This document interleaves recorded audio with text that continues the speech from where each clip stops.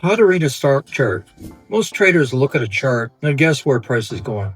That's not a strategy. There's a simple way to project it. I've been doing this for over 20 years. By the end of this, you'll know how to project stock prices using a trend line and a measurement. Simple. No guessing. When price is moving up, the first thing I look for is resistance. I draw a trend line. Connecting the swing highs, that line tells me where the market has been saying no. Now here's the part most people miss. What do you think I look at next? I look below that trend line. I find the lowest point, furthest price dropped while still under resistance. Then I measure that distance from the low up to the trend line. I take that exact measurement and project it upward.